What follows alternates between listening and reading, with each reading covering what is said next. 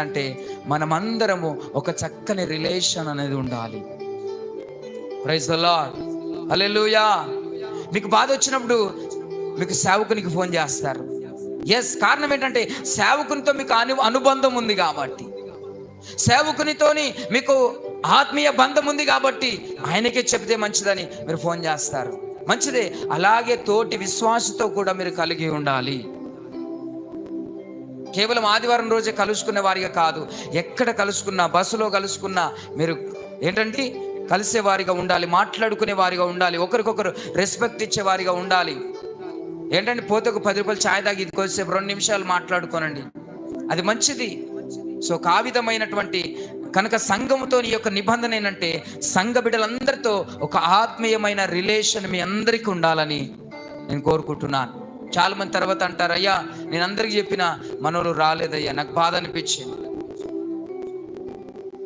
అలా బాధ అనిపించడానికి గల కారణం ఏంటంటే నీకు కొంతమందితో సంబంధం ఉంది, వాళ్ళు మాత్రమే వచ్చారు.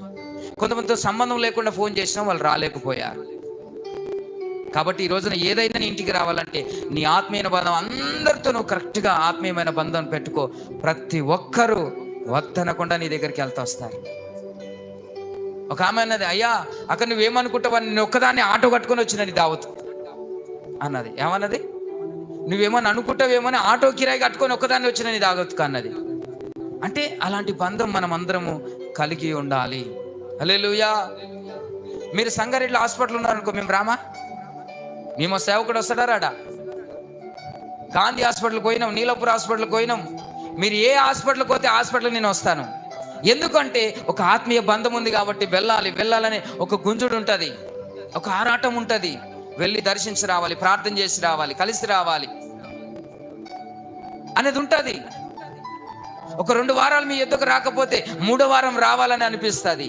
సో ఆ విధమైనటువంటి ఒక రిలేషన్ సంఘముతో నువ్వు కలిగి ఉంటే సంఘము ఎదుగుతుంది. ఈ రోజున సంఘం విడిపోవడానికి, సంఘం పతనం కావడానికి, సంఘము ఎదగకపోవడానికి కారణం ఏంటంటే సంఘస్థులలోనే సరైన ఆత్మీయమైన రిలేషన్ ఉండట్లేదు. సేవకునితో ఉంటే సంఘము ఎదగదు. మీ మధ్యలో మీతోనే ఒక బలమైన ఆత్మీయమైన రిలేషన్ ఉంటే అది చాలా మంచిది. నేను ఒక్కదాన్ని పోతున్నది బండి దాన్ని బుర్రున నీ ఊరి నుంచి వచ్చావనుకో, సంతోషమే, నీ దగ్గర ఉంది రావాలే. కానీ మిగతా వారిని ప్రోత్సహించాలి, వారిని కూడా నడిపించాలి. ఇప్పుడు ఏ ఊరి నుంచి కొంతమంది రాలే, అవునా?